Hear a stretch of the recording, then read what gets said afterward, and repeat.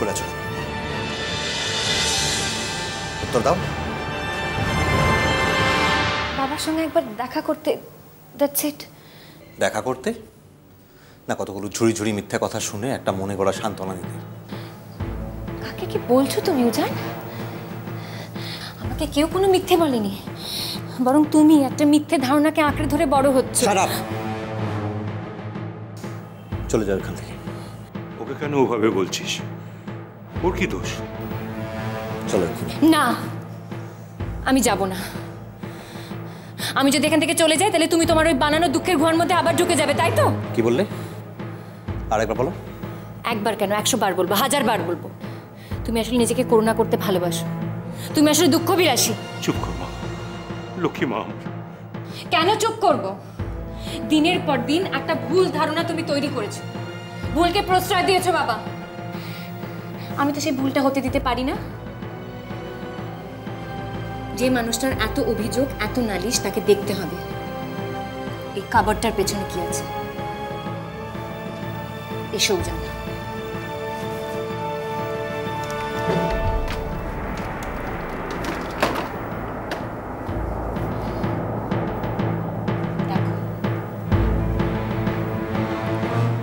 এগুলো সব তোমার জন্মদিনের গিফট। শুধু জন্মদিন না, পুজো, ভালো রেজাল্ট হওয়া, নানান রকমের গিফট।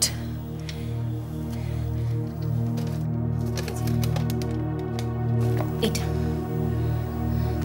ভালো করে দেখো, চিনতে পারছো? তোমার বন্ধু অর্ণব, তার ঠিক এরকম একটা গাড়ি ছিল। খুব ভালো লাগতো তোমার গাড়িটা, কিন্তু অর্ণব তোমাকে কিছুতেই গাড়িটা ধরতে দিত না। তোমার বাবা বিদেশ থেকে ডিটো সেম গাড়ি তোমার জন্য আনিয়েছিল, তোমার 7th বার্থডে গিফট। দেখো দেখো, ওই যে মোটা মতো প্যাকেট, ওটার ভেতরে কি আছে জানো? তোমার যখন 10 বছর বয়স ছিল,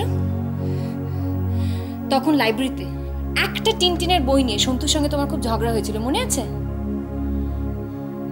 তোমার 10th বার্থডে গিফট, টিনটিনের পুরো সেট রাখা আছে, তোমার বাবা আনিয়েছিল তোমার জন্য। তার পাশে দেখো একটা ক্যামেরা আছে।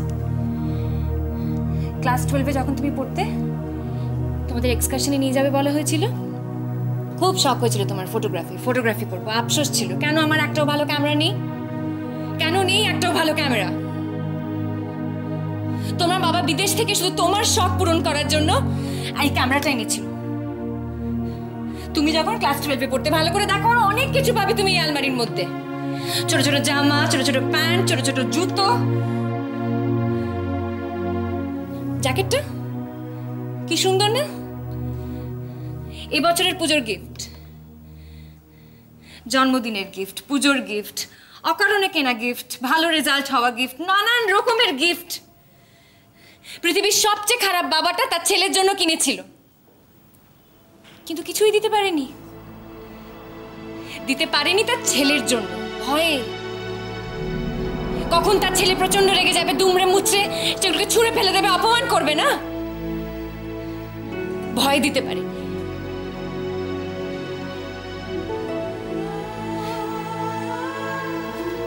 মায়ের অসুখ কি জানো তুমি? অনেক কিছু জানো না তোমার মায়ের বিষয়। তুমি কি এটা জানো উজান, তোমার মায়ের যে অসুখটা হয়েছিল সেটা এই দেশে কখনো সারানো সম্ভব ছিল না। মানুষটাকে বিদেশে নিয়ে যেতে হতো, দিনের পর দিন, মাসের পর মাস বিদেশে হাসপাতালে রেখে তার চিকিৎসা করাতে হতো। টাকা কোথায় তখন? টাকা রোজগার করার জন্য তোমার বাবা অক্লান্ত পরিশ্রম করেছে।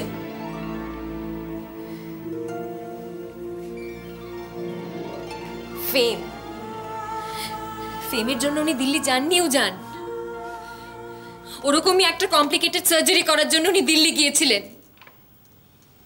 পয়সা জমিয়ে ফেলেছিলেন, ঠিক করেছিলেন ওই সার্জারিটা করার পরে ভিসাটা তৈরি করে ফেলবেন আর মাকে নিয়ে চলে যাবেন বিদেশে, কিন্তু মা তার আগেই চলে গেলেন। আমি বিশ্বাস করি না। বিশ্বাস করো না মানে? বিশ্বাস তোমাকে করতে হবে উজান, তোমাকে এটা বিশ্বাস করতে হবে। তুমি যখন ফাইনাল এমবিবিএস পরীক্ষা দিচ্ছিলে তখন তোমার বাবার কার্ডিয়াক অ্যাটাক হয়েছিল। তোমাকে বলা হয়নি যাতে তোমার পরীক্ষার রেজাল্ট খারাপ না হয়। বন্ধুদের সাহায্য নিয়ে নার্সিং হোমে ভর্তি হয়ে চুপি চুপি সার্জারিটা উনি করিয়েছিলেন, তোমাকে জানতে দেননি। বিশ্বাস তোমাকে করতে হবেও জান।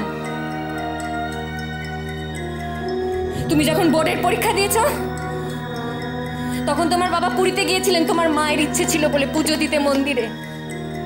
সেই মানুষটা যখন ফিরে এলো বাড়িতে, মুখের ওপর তুমি দরজাটা বন্ধ করে দিলে, প্রসাদ ছুঁড়ে ফেলে দিলে। তুমি এসব থেকে জানলে?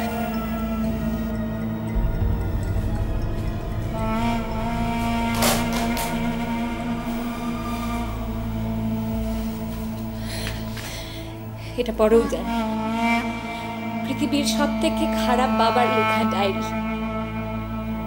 পড়ো।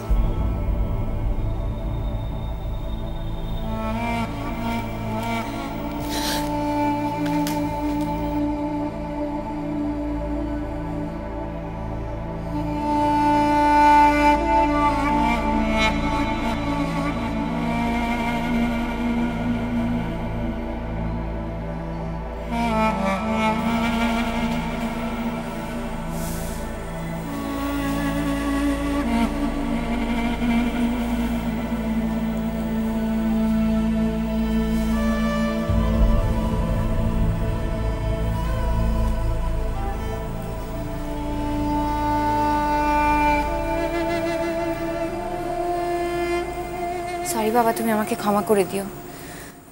আমি তোমার কথা রাখতে পারলাম না। ডায়েরিটা আমাকে উজানকে দিতেই হতো। কিছু না জেনে, কিছু না বুঝে উজান কি করে এগুলো বলতে পারে? বছরের পর বছর ধরে এটাকে জানাতেই হতো বাবা। তুমি আমার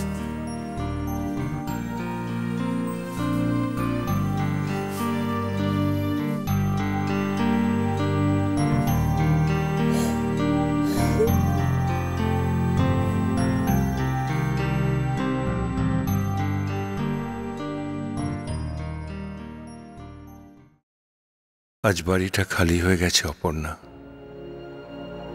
তুমি চলে গেছো আজ 12 দিন হলো। এই কদিন আত্মীয় স্বজন বন্ধু বান্ধব সকলে মিলে আমাকে বলিয়ে রাখার চেষ্টা করেছে এই অবিশ্বাস্য সত্যিটা, তুমি চলে গেছো।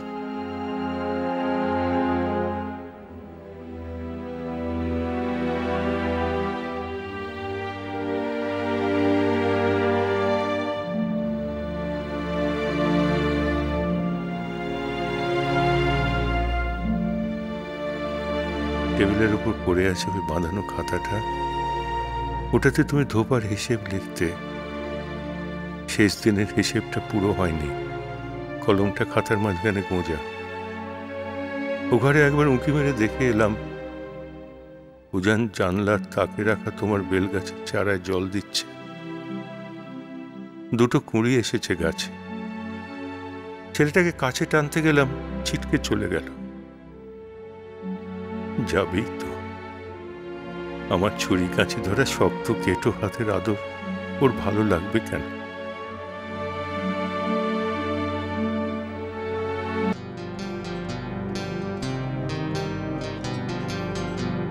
আজ উজান আমার হাত থেকে তোমার অ্যালবামটা কেড়ে নিয়ে চলে গেল। ও বোধহয় তোমার চলে যাওয়ার জন্য মনে মনে আমাকে কাঠগড়ায় দাঁড় করিয়েছে। কি করে ওকে বোঝাবো বলো? ছেলে মানুষ, কচি মন। ওর বাবা যে সর্বস্ব পণ করেও মাকে ধরে রাখতে পারেনি। এই পৃথিবীটা যে আসলে কি নিষ্ঠুর, কি কঠিন জায়গা, তো ওকে নাই বা বোঝালাম। আমি তোমাকে কথা দিচ্ছি অপর্ণা, ওকে আমি আগলে রাখবো।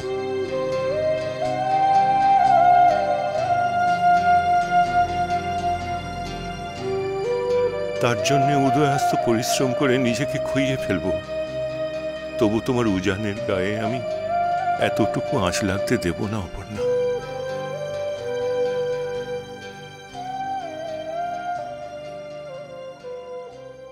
অপর্ণা, আজ হিয়া এসেছিল। কি যে সুন্দর, কি যে সরল ফুলের মতো নরম একটা মেয়ে, তোমাকে কি বলবো অপর্ণা। অত কথা জানতে চেও না, গায়ের রং, চোখ, চুল, হাসি, অত কিছু আমি বুঝি না। শুধু এইটুকু বলতে পারি, ওকে দেখলে আমার মতো তোমার মনটাও ভরে যেত। এখানে আকাশ নীল,